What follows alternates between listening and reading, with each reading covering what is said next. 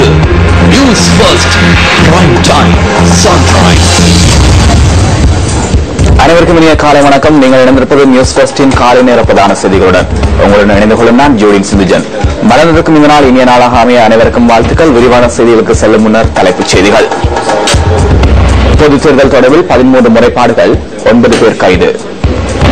இந்தியாவில் தடுத்து வைக்கப்பட்டுள்ள இலங்கை மீனவர்களை விடுவிப்பதற்கான பேச்சுவார்த்தைகள் தொடர்வதாக கடற்தொழில் அமைச்சர் தெரிவிப்பு. பெருந்தோட்ட தொழிலாளர்களில் மெதுவாக பணியில் ஈடுபடும் தொழிற்சங்க நடவடிக்கை இன்றும் தொடர்கின்றது. துருக்கி விமானத்தில் வெடிகுண்டு அச்சுறுத்தல், விமானம் டெல்லியில் அவசரமாக தரையிறக்கம்.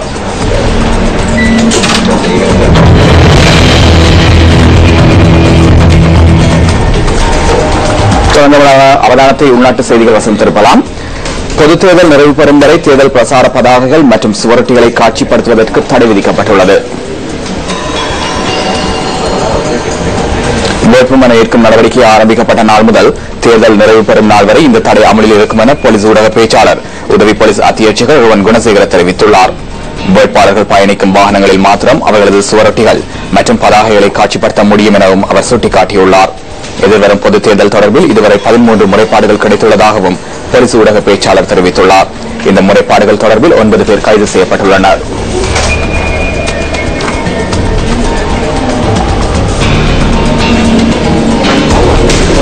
தேர்தல் சட்டமீறல்கள் தொடர்பில் தேர்தல் செயலகத்தில் முறைப்பாடு செய்யும் அனைத்து சந்தர்ப்பங்களிலும் அந்த முறைப்பாடுகளை மாவட்ட செயலகங்களில் உள்ள முறைப்பாட்டு பிரிவுகளுக்கு அறிவிக்க வேண்டும் என தேர்தல் செயலகம் அறிவித்துள்ளது.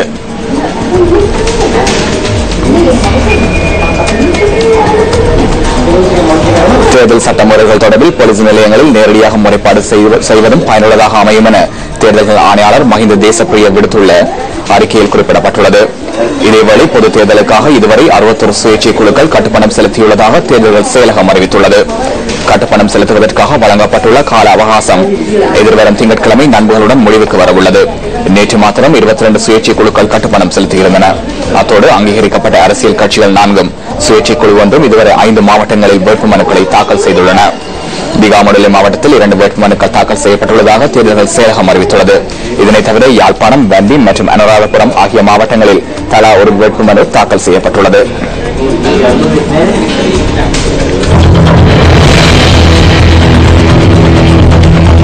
இந்தியாவில் தடுத்து வைக்கப்பட்டுள்ள இலங்கை மீனவர்களை விடுவிப்பதற்கான பேச்சுவார்த்தைகள் தொடர்வதாக கடற்தொழில் அமைச்சர் தெரிவித்துள்ளது. இந்திய கடல் எல்லைக்குள் அத்துமீறி பிரவேசித்த இலங்கை மீனவர்கள் சிலர் விளக்கமறியலில் வைக்கப்பட்டுள்ளனர். இலங்கை கடற்பரப்பிற்குள் பிரவேசிக்கும் இந்திய மீனவர்களும் கடற்படையினரால் தொடர்ந்தும் கைது செய்யப்படுவதாக கடற்தொழில் அமைச்சின் செயலாளர் நிமல் ஹெட்டியாராச்சி கூறியுள்ளார். பாத்தலன்குண்டு பகுதி கடற்பரப்பிற்குள் நுழையும் இந்திய மீனவர்கள் கைது செய்யப்படுவதில்லை என இலங்கை மீனவர்கள் குற்றம் சுமத்தி வருகின்ற நிலையிலேயே அவர் இந்த கருத்தினை வெளியிட்டுள்ளார். இலங்கை கடற்பரப்பிற்குள் கைது செய்யப்பட்ட 40 இந்திய மீனவர்கள் விளக்கமறியலில் வைக்கப்பட்டுள்ளதாக கடற்படை பேச்சாளர் கமாண்டர் இந்திக சில்வா தெரிவித்துள்ளார்.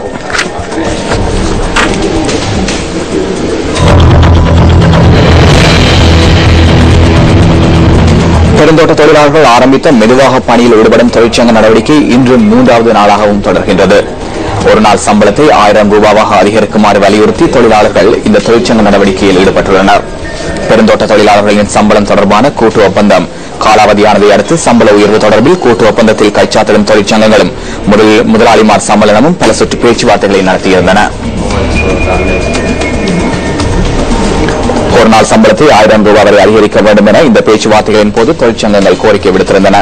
எவ்வாறாயினும் இந்த கோரிக்கை தொடர்பில் முதலாளிமார் சம்மேளனம் இணக்கம் தெரிவிக்காததால் நேற்று முன்தினம் முதல் மெதுவாக பணியில் ஈடுபடும் தொழிற்சங்க நடவடிக்கையில் ஈடுபடுவதற்கு இலங்கை தொழிலாளர் காங்கிரஸ் தீர்மானித்தது.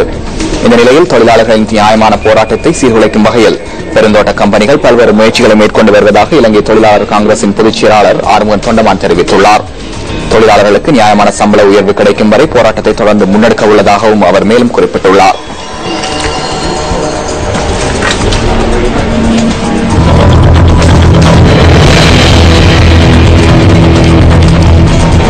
மாத்தறை வெலிகம மிதிகம பகுதியில் நேற்று இடம்பெற்ற வாகன விபத்தில் 3 உயிரிழந்துள்ளனர். ராணுவத்தினரின் வாகனம் ஒன்றும் முச்சக்கர வண்டி ஒன்றும் மோதி விபத்து சம்பவித்துள்ளது. விபத்தில் உயிரிழந்த 3வரில் முச்சக்கர வண்டியில் பயணித்த குழந்தை ஒன்றும் 3.5 வயதான பிள்ளை ஒன்றும் அடங்குவதாக போலீஸ் ஊடக பேச்சாளர் அலுவலகம் தெரிவித்தது. மேலும் விபத்தில் காயமடைந்த 13 வயதான பெண் பிள்ளை மற்றும் 2 பெண்கள் வளான வைத்தியசாலையில் அனுமதிக்கப்பட்டனர். மிதிகம பகுதியைச் சேர்ந்தவர்கள் இந்த விபத்தில் உயிரிழந்துள்ளனர். விபத்துக்குள்ளான ராணுவ வாகனம் கைப்பற்றப்பட்டதுடன் அதன் சாரதி கைது செய்யப்பட்டுள்ளார்.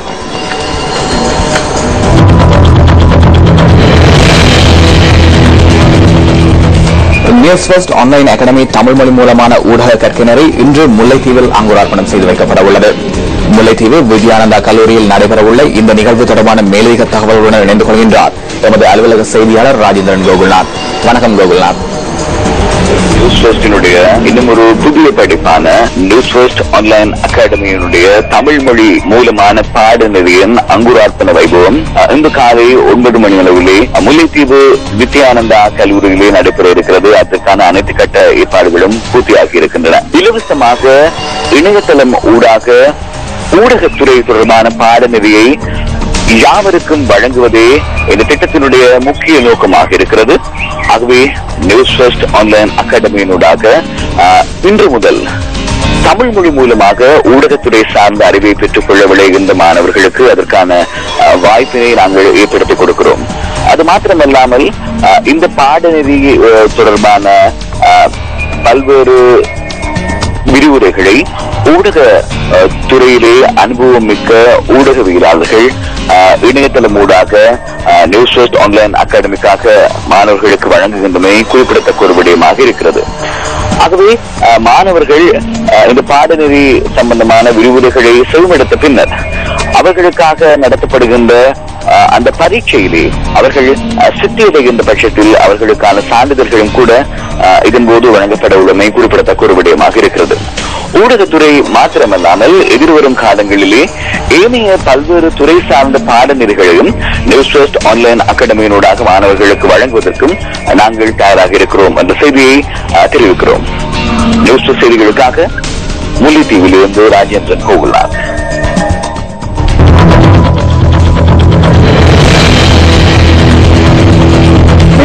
நியூஸ் ஃபர்ஸ்டின் காலை நேர பிரதான செய்திகளுடன் தொடர்வது உள்நாட்டுச் செய்திகள்.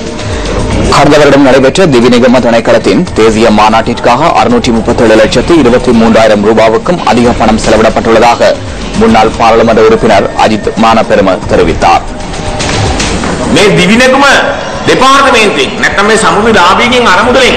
திவிநெகும திணைக்களத்தில் அல்லது சமர்த்தி நிதி பெறுபவர்களிடமிருந்து பெற்றுக்கொண்ட 637 லட்சம் ரூபாவை செலவு செய்துள்ளனர். எனினும் இதனூடாக என்ன செய்தனர்? மஹிந்த ராஜபக்சவின் தேர்தல் பிரசார நடவடிக்கைகளையே இதனூடாக முன்னெடுத்தனர். கடந்த வருடம் நவம்பர் மாதம் 21ஆம் தேதி கெம்பை மைதானத்தில் நடைபெற்ற திவி நெகும திணைக்களத்தின் தேசிய மாநாட்டிற்கான செலவு 6,37,23,947 ரூபாய் 40% ஆகும். யாருக்காக இதனை செய்தனர்? போக்குவரத்து செலவு 2,40,00,000 ரூபாவாகும். ஜனாதிபதி தேர்தலுக்காக மஹிந்த ராஜபக்சவுக்காக கூட்டத்தினை அழைத்து வருவதற்கான செலவே அது.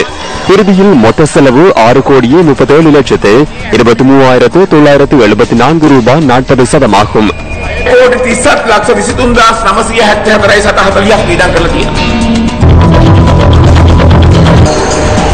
இஸ்ரேல் நியூஸ் ஃபர்ஸ்டின் காலை நேர பிரதான செய்தி அறிக்கைகள் வருகின்றன. தொடர்ந்து மனிதர்கள் சக்தி தொலைக்காட்சி வழங்கும் நிகழ்ச்சிகளுடன். வணக்கம். Hotline 0114-896-896 www.newsfirst.lk. Feedback at newsfirst.lk.